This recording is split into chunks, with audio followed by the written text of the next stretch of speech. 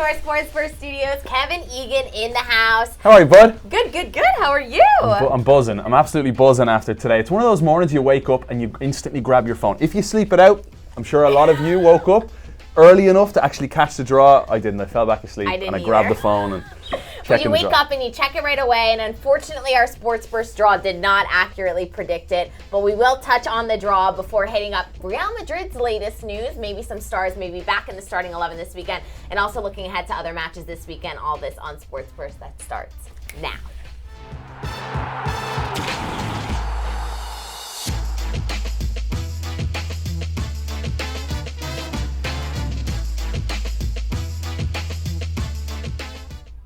Diop Amadou here saying, welcome everyone. Are you the new host? Because your last name is like what mine? A legend. Okay, but guys, the real breaking news of the day, the Champions League draw has been set, and let's go through the matches for those of you that maybe haven't seen it yet. Tottenham versus City, Ajax taking on Juventus, Barcelona taking on Manchester United, and Liverpool, Porto. Of the four, which are you most looking forward to? I think I know which one it is. It's the one that everyone's most looking forward to, I think. Okay, so let's just break them down a second. Okay. I think Liverpool got the best draw. No offense, fair enough. I must say there is an element of ignorance to what I'm saying as well, because I don't watch the Portuguese league, but I've seen a little bit of Porto, and I just think Liverpool in the Champions League are such a potent threat that they would be favourites against the majority of teams in this draw. They'll go through. Man City have Spurs' number. And interesting. They'll play 3 times correct, in 10 days, in too. 11 days, yeah. And that last matchup will be the Premier League title on the line for Manchester City, probably once we get to that point. So these are 3 major clashes for them. They'll be very familiar with one another. Tottenham obviously lost earlier in the season when they played. Do you favor City in this one still? Yeah, and familiarity breeds contempt. So I expect this to get really feisty. They always do. Remember years ago when Liverpool and Chelsea played each other 3 times in 6 days, I believe it was. Those are epic games, and Tottenham City should become an epic match to keep an eye on. I do think City have by far and away enough, and they know how to get past Spurs. I think it's a bad draw for Spurs. Elsewhere, Ajax, right? So you've got the youthful exuberance of Ajax, the free-flowing football. They want to play it out of the back, but yet they meet this just machine in Juventus that have a brilliant aging defence, but the most ruthless goal scorer in the game's history up front in Cristiano Ronaldo. I can see Juve getting through there, which brings me to the most intriguing game in the quarterfinal. And let me say this, Barca fans, I'm worried for you. Really? Yeah. Okay, explain. Yeah, I think... Just because of this, like, Ole magic train that Manchester United are on? It's not just that. What he's managed to do at Manchester United is he's managed to shore up the defence somehow. Maybe there's an element of luck to this, but Lindelof has been excellent since he's been back in the team. You've got guys like beIN who are contributing more. A fullback position, look, they're better defensively right now than they were under Jose Mourinho, which is crazy to say.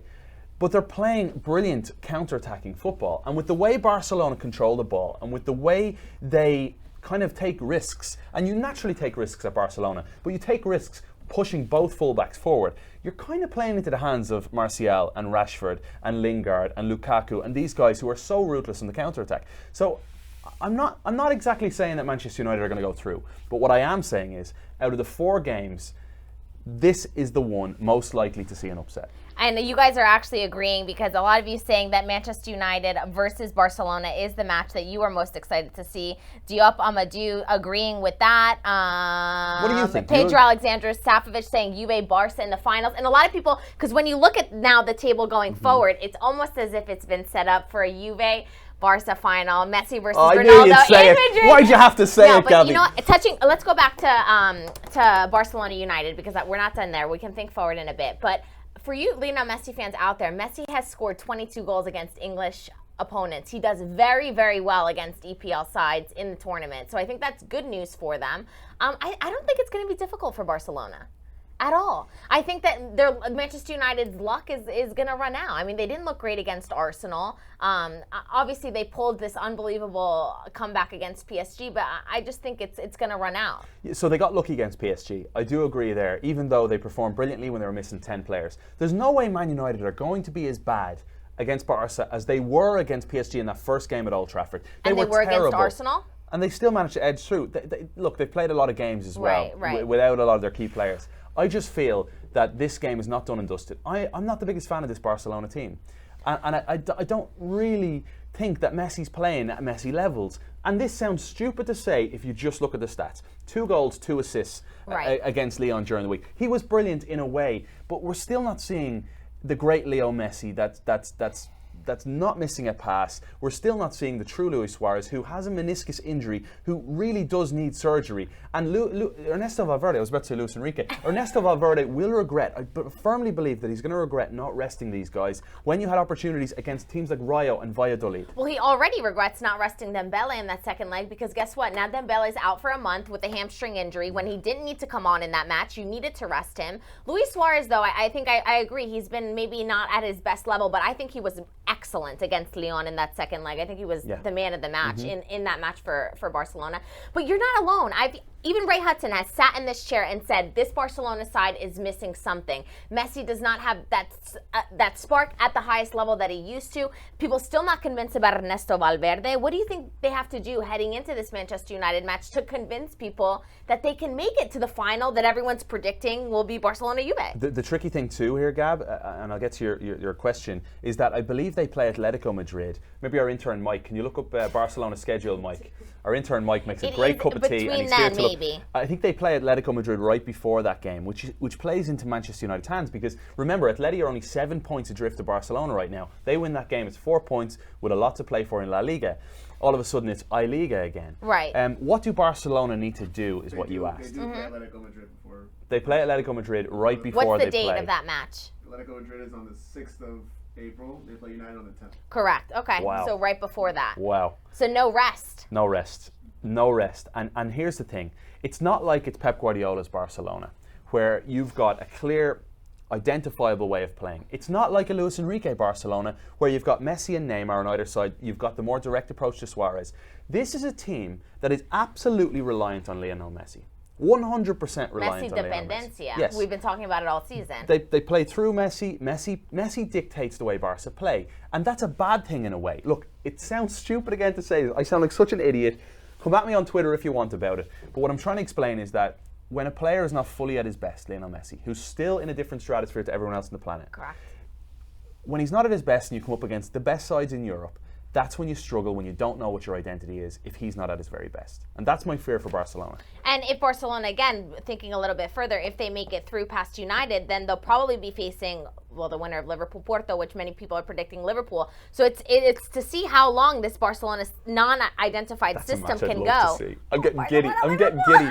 Did you think it was a pretty rubbish draw? I did. I was underwhelmed. I really was. But the United Barcelona does get you excited because, I mean, for those of you that maybe have forgotten, this is 2 Champions League finals within the past 10 years. So, I mean, it is a partidazo. But I don't know. I think a lot of people were maybe... What does partidazo mean for those that don't know? Partidazo, a mega game. Let's read your comments here because we want to involve you guys. Ryan Moran saying, I agree with Gabby. Hi, Ryan. Hi, Ryan. Yes. I'm super happy with what Ole has done with the players he has, but I don't think those players are enough to handle Barca pressure. It'll be interesting to see how that plays out. Bazir makes a good point here in that he says, this Barcelona is a very solid team. It's true. They're very solid in a way. And look, I was very impressed with their 1-0 victory at the Santiago Bernabeu recently, not because of the goal they scored, but because of the defensive solidity with Clement Lenglet alongside Piqué. And Umtiti's an excellent defender. And he's back. So they can play that way. My fear for Barca isn't at Old Trafford, by the way. It's at the Camp Nou when they decide to just go at Man United, and then Marcus Rashford is there licking his chops. Yeah, and that is the second leg. So even if Barcelona do well at Old Trafford, right, they do have the Camp Nou in the second leg. Glenn McCarthy, Barca's going to kill United. Wow, that's bold. All right, Glenn. Sebastian Restrepo Diaz, only thing that can beat Barcelona is Barcelona. Great Need point. to lock down Absolutely on their brilliant defensive struggles.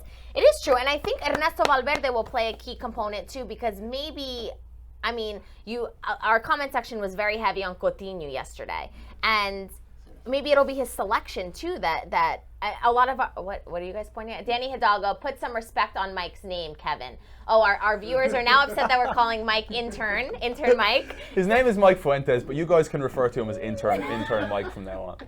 We love everyone on our production team, we promise. But get me a cup of tea, seriously. You haven't gotten the tea yet. What's the crack? But seriously, looking at this Barcelona side, Ernesto Valverde will be key, because does he play someone like Coutinho, who hasn't been playing very well? The reason I say yes is, so When I watch Barcelona play with Ousmane Dembele, they're exciting, they're unpredictable. But that unpredictability can sometimes mean you relinquish control of the game. You relinquish control of possession because he can often lose it, or he can do something dynamic and crazy and fun. Right. Coutinho is more of a safe bet. And that's why I think Ernesto Valverde will absolutely rely on Coutinho in this game. Coutinho doesn't really give the ball away. And that's going to be crucial when you're playing against a counter-attacking team. Keeping that ball safe and cradling that football is everything in a match like that. Definitely. Saulo Oliveira, you're definitely Portuguese or Brazilian, Saulo. Barcelona is not playing a beautiful, dominating football anymore. And this is a criticism that many people have had of Ernesto Valverde's system, and goes again to what you were saying, that they don't necessarily have an identity. Oh, do you know what though? Saul, you're spot on. However, They're winning. What are we like? They're 7 points ahead in La Liga. They're in the quarterfinal of the Champions League. They're in the final of the Copa del Rey. The treble hunt is alive and Ernesto well. Valverde is crying at home. No, he's not. Ernesto Valverde is perfectly fine with what he sees. It's his. This is what they were always going to get from the coach of Athletic Bilbao. He comes in. Yeah, this was not a surprise. No. I know. People are like shocked that he's not playing beautiful tiki-taka like Guardiola. Guys, we knew this. We saw it. Yeah. But thinking on Athletic Club, we are going to get to them later in the show, because Athletic have a test on their hands, and it's going to be interesting to see. Gavi's notes, by the way, can I just show you? They're so color coordinated. Yeah, I like they can't see it, but she's thank so you. well organized. I do like color coordinating. Alfonso nerd, Ferreira right? What a nerd. saying, I can still get my final four, and I'm sure many others too. Barcelona, Man City, Juventus, Liverpool. Well, now, there's bound to be one shock. Yeah, I know. So you guys, that's actually a great game, Alfonso. Everyone write down who you think the final four will be, and we'll kind of take a look at that. But I agree. It's not going to be as clear-cut, Alfonso. Of course, I think that's what everyone's going to pick. But I think we're going to get a shocker. Well, get off the fence, Amado. Get off the fence. I think it'll be Porto. What? Yeah. What? I think Liverpool are going to be stretched too thin playing in the Premier League, and I think it's going to be Porto. And then they'll be knocked out by Barcelona, obviously. Porto to go and knock out Liverpool. Yeah. I don't know. Just like a little Are fun. you our producer, No. Bruno Dos Santos, in disguise? No. I have to show my Portuguese side some gotta love. be bold But in all sometimes. honesty, last year they did meet, and it was a 5-0 aggregate, so things aren't looking really well. Taxi for Gab. Anyone got a taxi for Gab? Someone order an Uber, quick. I just beat my own theory. But, I mean, which shock do you think? It's not going to be Tottenham. We're not going to get past City. Ajax are not going to get past Juve. How do You know think that? United are going to get past a lot of Barcelona? A lot of people think Ajax may. The thing is, Real Madrid were so brutal defensively that Ajax exposed them. Juve will never commit those mistakes. Right. For me, the one I wouldn't back it. I wouldn't put my money on it, but I would say Man United. Wow. To just think it's a bad draw for Barcelona. Barcelona would cruise past Spurs. They'd cruise past Porto, and I think they'd cruise past Ajax. But I just feel Man United. I think they'd get past. I think Barcelona would even get past Juventus. Really? With the way they play, but I just think the systems and the way they match up, Man United will cause them problems. Okay, well, you guys let us know what you think. We're going to move on to Real Madrid update. Zizou's first match in charge of his second era is this weekend, live and exclusively on beIN Sports. They take on Celta Vigo tomorrow at 11 a.m. And guess who's back in the squad? Do you know who I just thought of?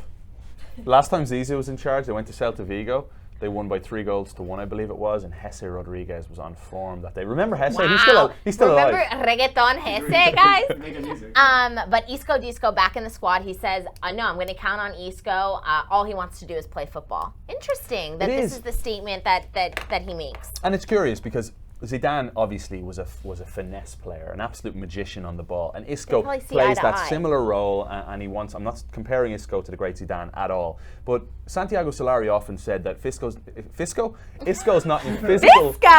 Fisco's not in physical condition to play. Are you calling? Is that fat Isco? Fisco? That's mean. a euphemism. I'm not saying it. I'm not going there. And intern Mike is thinking of another player right now. Don't do it, Mike. If he's not in physical condition for Santiago Solari, what makes him fit enough to play for Zinedine Zidane? Well, and the question is, what exactly went on with Santiago Solari for Zidane to now say, no, all he wants to do is play, I'm going to count on him? I have a source who's very close with Santiago Solari who told me that the word that Solari used was slackers. He wanted to put the slackers to the side. And those slackers, for him, the king slackers were Marcelo and Isco. That he just didn't trust to get the job done in big games. And Zidane also touched on Marcelo, saying he hasn't been playing much, but he's professional, and that I think we're going to see Marcelo start. I think we're going to see Isco start. And the big question, is he going to put Navas back in for Courtois? Oh man, what a question that is. Because for those of you that may have forgotten, Keylor Navas was Zidane's man, and Zidane did not want to bring in a Courtois. Is he going to do that? I mean, La Liga all season long, Courtois has been playing. Immediately, what you do is you've just signed a 3.5-year deal or over a 3-year deal, given you have 11 games left. You immediately go square on with Florentino Perez, and you say, Perez, I'm the gaffer now. I'm the boss now. I'm putting my Costa Rican back in goal. Keylor Navas, Pura vida. I know you've heard me say this before. I just love Keylor Navas. I love Keylor Navas because he wasn't supposed to be here. Keylor Navas was this little engine that could from Costa Rica who played for Saprissa, who got a chance to go to Levante. He backs himself, Gab. He backs himself by going to Levante. Then all of a sudden he gets picked up by Real Madrid, Los Blancos, to be the backup for Iker Casillas. He finally gets the nod as number one. Casillas gets the boot. Next thing, Florentino Perez is like, no. We don't want this Costa Rican. Let's bring in the sexy Spaniard from Man United. The fax machine breaks. Keylor Navas was at the airport waiting for the call to see where he would be sent with his family. Fax machine breaks. He turns around, then plays the season of his life, and it's still not good enough. No, it's still not good enough. If he was, and I'm not. I don't want to go there really about the whole. If he wasn't Costa Rican, I mean, it's a theory, and it's a right theory when you've named everything that we've named. So much of what today's football is about is marketability, and if you're a Brazilian and you can tap into that market as a club, Real Madrid are aware of this. They know how many jerseys they can sell in certain markets. So, Keylor Navas, I feel for him. Because he's been an amazing goalkeeper. He's still only 32 years of age. It's a middling age for a goalkeeper. He can continue to play for another 4 or 5 more years.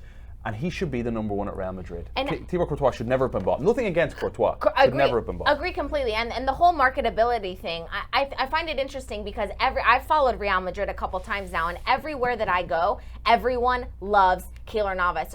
He trained in New Jersey, and he was the only player that stayed. He was the last player on the field after a training session, signing jerseys around the entire stadium for, like, I'm not kidding, 45 minutes. Everyone. He went to every single person. So the guy is just so likable. The players love him. Everyone loves him. So it's going to be really interesting to see what Zidane does And do you think people like him because of that element that people are trying to push him out and everyone's saying, no, we like Keylor Navas. Yeah. And Courtois has spoken out against old teams several times, things that I did not like to hear whatsoever. Speaking out even about Gareth Bale and dinners and stuff. Exactly, exposing things that should be kept in the locker room. Rob Sullivan, though, here, is Gareth gone? He sure isn't a favorite with Zizou or anyone else on Real Madrid. A little bit of a Bale update. His agent, who, let's not forget, a couple weeks ago was saying that the Real Madrid fans are a disgrace, that they shouldn't be booing him, Jonathan Barnett has now come out and said he wants to finish his career at Real Madrid, Gareth Bale. So really interesting now, this change of, I don't know. Bore off. Yeah. Gareth Bale will be, I would say, a Manchester United player come July. Wow, hot take. I like that, though. Not Spurs? No, Spurs aren't going to spend the money.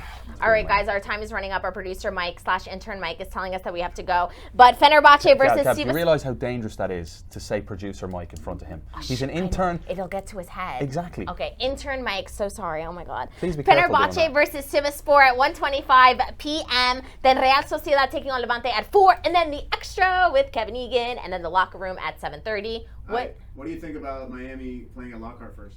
Oh, yeah, MLS. A little bit of MLS talk before we go. Well, first of all, with MLS, Sporting Kansas City saving MLS's blushes by advancing to the next stage in the CONCACAF Champions League. Last man standing. Yeah, for MLS purposes. But Lockhart Stadium is this. Ray Hudson had the best quote ever on Twitter earlier today. Oh, yeah. I saw it. Go ahead, Ted. Someone said, look at the state of Lockhart Stadium, because the grass is up over everyone's head and it looks like an absolute mess. And Ray quote tweeted it and said, what would you look like if you didn't shower or shave or change your underwear for 5 years?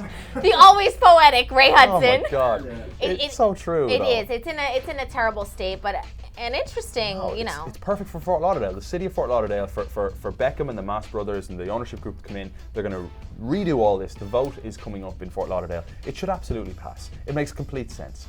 And I think in time, if the MLS team doesn't play there, the USL team will play there. And it's going to be a wonderful facility. Won't go to waste. Our time is up on Sports Burst, but tune in to everything that I listed 5 seconds ago on beIN Sports Today. We got to go. Bye-bye. Love you. Ciao, ciao.